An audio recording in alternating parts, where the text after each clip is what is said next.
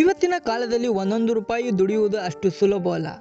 ಆದರೆ ಕೆಲವರು ಇದ್ದಕ್ಕಿದ್ದಂತೆ ಶ್ರೀಮಂತರಾಗಿ ಬಿಡ್ತಾರೆ. ಕಠಿಣ ಪರಿಶ್ರಮದಿಂದ ಅದ್ಭುತಗಳನ್ನು ಸಾಧಿಸಿ ಬಿಡ್ತಾರೆ. ಬಿಗ್ ಬಾಸ್ ಕನ್ನಡ ಸೀಸನ್ 11 ಆರಂಭವಾಗಿದೆ. ಮನೆಯಲ್ಲಿ ಗೋಡ್ ಸುರೇಶ್ ಎಲ್ಲರ ಗಮನ ಸೆಳೆಯುತ್ತಿದ್ದಾರೆ.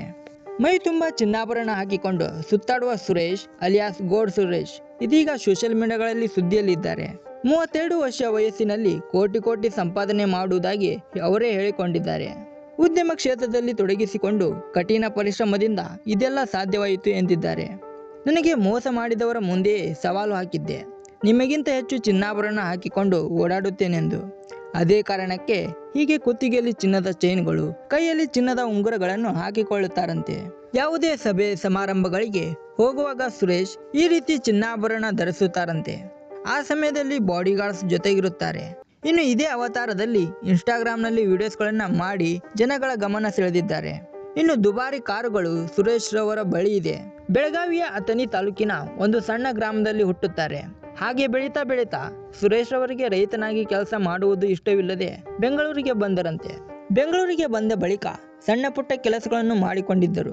ಬಳಿಕ ಕ್ರಿಯೇಟಿವಿಟಿ ಇಂಟೀರಿಯರ್ ಎಂಬ ಸಂಸ್ಥೆ ಸ್ಥಾಪಿಸಿದರು. ಬಳಿಕ ಹಂತವಾಗಿ ಬೆಳೆದು ಬಂದರು. ಸದ್ಯ ಅವರ ಕಂಪನಿಯಲ್ಲಿ 150 ಜನ ಕೆಲಸ ಮಾಡುತ್ತಿದ್ದಾರೆ. ಬಿಗ್ ಬಾಸ್ ಮನೆಗೆ ಹೋಗುವ ಮುನ್ನ ಕೆಲ ಯೂಟ್ಯೂಬ್ ಚಾನೆಲ್ಗಳಿಗೆ ಸುರೇಶ್ ರವರು ಸಂದರ್ಶನ ಕೊಟ್ಟು ಹೋಗಿದ್ದಾರೆ. ಅದರಲ್ಲಿ ತಮ್ಮ ಜೀವನದ 7 ಬೀಳಿನ ಕಥೆಯನ್ನ ಆ ಸಂದರ್ಶನದಲ್ಲಿ ಈ ರೀತಿ ಹೇಳಿಕೊಂಡಿದ್ದಾರೆ. ಬೆಳಗಾವಿ ಜಿಲ್ಲೆಯ ಅಥಣಿ ತಾಲೂಕಿನ ಭರತ್ನಹಳ್ಳಿ ಎಂಬ ಒಂದು ಸಣ್ಣ ಹಳ್ಳಿ ನಮ್ಮದು. ರೈತಾಪಿ ಕುಟುಂಬದಲ್ಲಿ ಹುಟ್ಟಿದವನು. ಚಿಕ್ಕಂದಿನಲ್ಲಿ ಬಹಳ ಉಡಾಳ ಎನ್ನುವ ಕಾರಣಕ್ಕೆ ಮೈಸೂರಿನ ಹಾಸ್ಟೆಲ್ನಲ್ಲಿ ಓದುವಂತಾಯಿತು.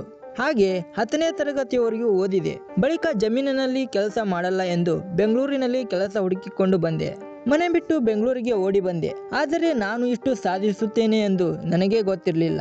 ನನಗೆ ಸಿಕ್ಕಂತಹ ಸ್ನೇಹಿತರಿಂದ ನಾನು ಇಷ್ಟೆಲ್ಲ ಸಾಧಿಸಿದ್ದೀನಿ. ಆರಂಭದ ದಿನಗಳಲ್ಲಿ ನನಗೆ ಒಳ್ಳೆಯ ಸ್ನೇಹಿತರು ಸಿಕ್ಕರು.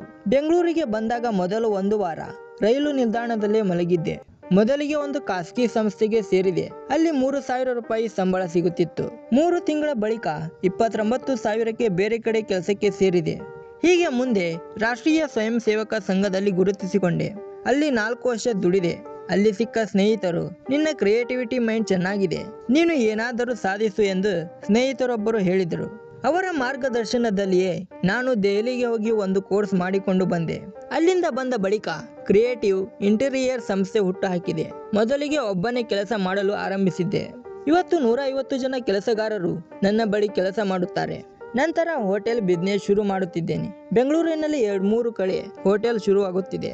ಇನ್ನು 4-5 ವರ್ಷದಲ್ಲಿ 2,000 ಜನಕ್ಕೆ ಕೆಲಸ ಕೊಡಬೇಕು ಎನ್ನುವ ಕನಸಿದೆ ಎಂದಿದ್ದಾರೆ. ನನಗೆ ನನ್ನ ಸ್ನೇಹಿತರೇ ಮೋಸ ಮಾಡಿದ್ದಾಗ ಸನ್ಯಾಸಿ ಆಗಿಬಿಡೋಣ ಎಂದುಕೊಂಡಿದ್ದೆ. ಕೊನೆಗೆ ಗುರುಗಳ ಮಾರ್ಗದರ್ಶನದಂತೆ ಮತ್ತೆ ಉದ್ಯಮ ಕ್ಷೇತ್ರದಲ್ಲಿ ತೊಡಗಿಸಿಕೊಂಡೆ. ಆ ಸಂದರ್ಶನದಲ್ಲಿ ತಮ್ಮ ಬಳಿ ಒಟ್ಟು ಎಷ್ಟು ಆಸ್ತಿ ಇದೆ ಎಂದು ಕೇಳಿದಾಗ ಆಗ ಸುರೇಶ್ ಅವರು, ತಕ್ಕ ಮಟ್ಟಿಗೆ ಸಂಪಾದಿಸಿದ್ದೇನೆ. ನಾನು ಹಾಕಿರುವ ಚಿನ್ನ ನಕಲಿ ಅಲ್ಲ, ಎಲ್ಲದಕ್ಕೂ ತೆರಿಗೆ ಕಟ್ಟುತ್ತೇನೆ ಎಂದು ಸುರೇಶ್ ರವರು ಹೇಳಿದ್ದಾರೆ. ಅಂದಾಜು 2 ಕೋಟಿ ಮೌಲ್ಯದಷ್ಟು ಇವರ ಹತ್ರ ಚಿನ್ನಾಭರಣ ಇದೆ ಅಂತೆ. ಈ ವಿಡಿಯೋ ಇಷ್ಟ ಆದರೆ ಲೈಕ್ ಮಾಡಿ. ಹಾಗೆ ಇದೇ ತರಹದ ವಿಡಿಯೋಗಳಿಗಾಗಿ ನಮ್ಮ ಚಾನಲ್ನ ಸಬ್ಸ್ಕ್ರೈಬ್ ಮಾಡ್ಕೊಳ್ಳಿ.